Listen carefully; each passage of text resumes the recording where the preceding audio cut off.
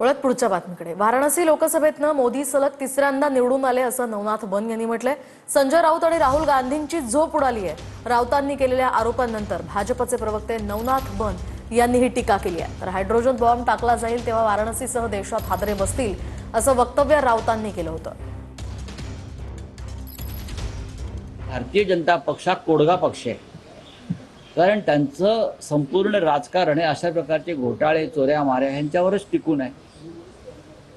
त्याच्यामुळे राहुल गांधी यांना अजून हायड्रोजन बॉम्ब जो टाकलेला नाही, तरी काल एक सहज पत्रकार परिषद घेतली। हायड्रोजन बॉम्ब जेव्हा टाकला जाईल तेव्हा वाराणसीसह देशामध्ये हादरे बसतील। वाराणसीमध्ये काय आहे तर वाराणसीमध्ये सलग 3 वेळेला पंतप्रधान नरेंद्र मोदीजी यांना जनतेनं निवडून दिले। हादरे तुम्हाला बसलेत। महाराष्ट्रातील जनतेनं विधानसभा निवडणुकीत तुम्हाला हादरे देण्याचं काम केलेलं आहे आणि या हादऱ्यामुळे तुमची उडालेली झोप अजूनही झोप येत नाही तुम्हाला।